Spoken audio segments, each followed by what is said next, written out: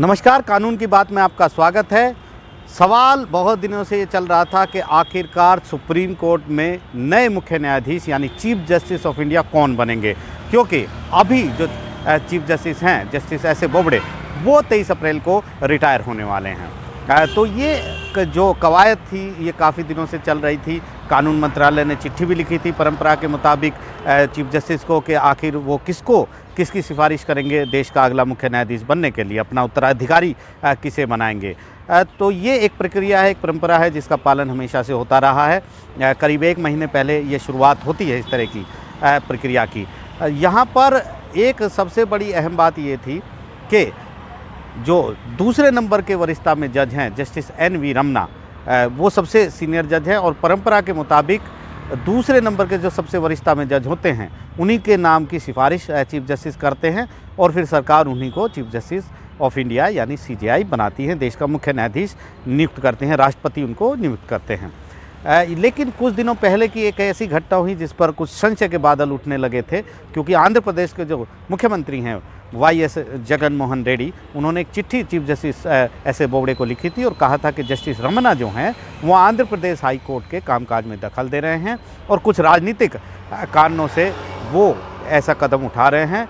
एक मामला ज़रूर वहाँ चला था जिसमें जो जज हैं उनकी बेटियों के ऊपर आरोप लगाया गया था। कुल मिलाकर इस तरह की सब कवायद चल रही थी। तो सवाल ये था कि क्या होगा।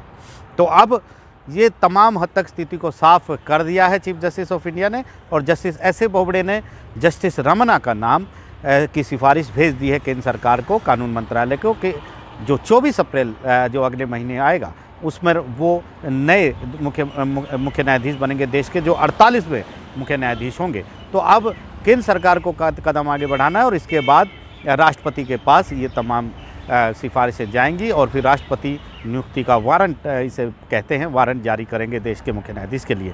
तो ये तमाम संशय के बादल खत्म हो गए हैं, रास्ता साफ हो गया है।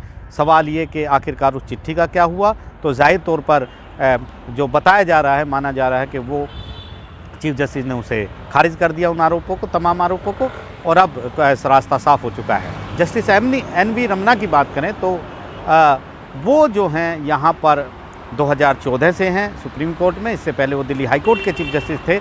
सन 2000 में वो आंध्र प्रदेश हाई कोर्ट में परमानेंट जज बनाए गए थे। एक कृषि परिवार आंध्र प्रदेश के वो आते हैं और अब उन्होंने कई अहम फैसले भी दिए हैं। जम्मू कश्मीर में इंटरनेट के मामले में उन्होंने फैसला दिया था कि तुरंत समीक्षा होनी चाहिए जो इंटरनेट 4G पर प्रतिबंध था, और कहा था कि इंटरनेट के जरिए सूचना पाने का अधिकार भी मौलिक अधिकारों के दायरे में आता है।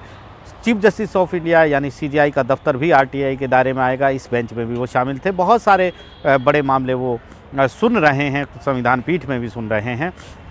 लेकिन सवाल ये था कि क्या ऐसा हो सकता है कि इन एलिगेशन जो उनके ऊपर लगाए गए, तो क्या किसी तीसरे नंबर के जज की सिफारिश चीफ जस्टिस कर दें या किसी और जज की सिफारिश कर दें। इस मामले की संभावना, स्पेकुलेशन बहुत सारे थे, ऐसी चर्चाएं थी, लेकिन ऐसी संभावना बहुत कम थी, क्योंकि देश के इतिहास में सिर्फ एक बार ऐसा हुआ है, वो भी बहुत पुरानी बात है। 1976 में जब इमरजेंसी की बात आई थी तो एक बहुत बड़ा फैसला आया था। उस फैसले में ये सवाल संविधान पीठ के सामने था कि क्या इमरजेंसी के दौरान सरकार जो है, जो मौलिक अधिकार, जीने का अधिकार जैसे मौलिक अधिकार हैं, क्या उनको उनको वापस कर सकती है सरकार, उनको छीन सकती है नागरिकों के। तो सुप्रीम कोर्ट का 1976 में एक चर्चित जजमेंट आया था जिसमें 5 जजों की पीठ में से 4 जजों ने कहा था जी हाँ, इमरजेंसी के दौरान सरकार मौलिक अधिकारों को छीन सकती है नागरिकों को। लेकिन एक जज ऐसे थे जो दूसरे नंबर के वरिष्ठता में जज थे, उनका नाम जस्टिस HR खन्ना था। वो असहमति उन्होंने जताई और कहा कि सरकार ऐसा नहीं कर सकती, मौलिक अधिकारों को किसी भी सूरत में आप छीन नहीं सकते हैं नागरिकों के। ये उनका फैसला था। और 1976 में उनको 1976 के बाद उनको 1977 में परंपरा के मुताबिक देश का अगला मुख्य न्यायाधीश बनना था। लेकिन उस समय इंदिरा गांधी की सरकार थी और उस समय जो परंपरा से हट करके चीफ जस्टिस AN रॉय के रिटायर होने पर MH बेग जो तीसरे नंबर के वरिष्ठता में जज थे, उनको चीफ जस्टिस मुख्य न्यायाधीश यहाँ पर नियुक्त किया गया और जस्टिस HR खन्ना को छोड़ दिया गया, उनका कंसीडर नहीं किया गया। और इसके बाद जस्टिस MH बेग देश के मुख्य न्यायाधीश बन गए। इस बात से नाराज़ होकर जस्टिस HR खन्ना ने इस्तीफ़ा दे दिया था और उन्होंने अपने पद त्याग दिया था। तो यही एक घटना है जिसमें परंपरा का पालन नहीं हुआ। इसके बाद कभी ऐसा नहीं हुआ कि किसी चीफ जस्टिस ने किसी तीसरे अपने उत्तराधिकारी की सिफारिश करते हुए, नए चीफ जस्टिस की सिफारिश करते हुए दूसरे नंबर के वरिष्ठ जज का नाम की सिफारिश न की हो या सरकार ने उनको नियुक्त न किया हो। तो एक बड़ा मसला था यहाँ पर। और अब जस्टिस रमन्ना के देश के अगले मुख्य न्यायाधीश बनने का रास्ता उनके लिए काफ़ी हद तक साफ हो गया है। और जाहिर तौर पर एक आरोप लगे हैं और आगे भी इस तरह के आरोप अगर लगते रहें तो ये कोई बड़ी बात नहीं होगी। नई दिल्ली से आशीष भार्गव, NDTV इंडिया।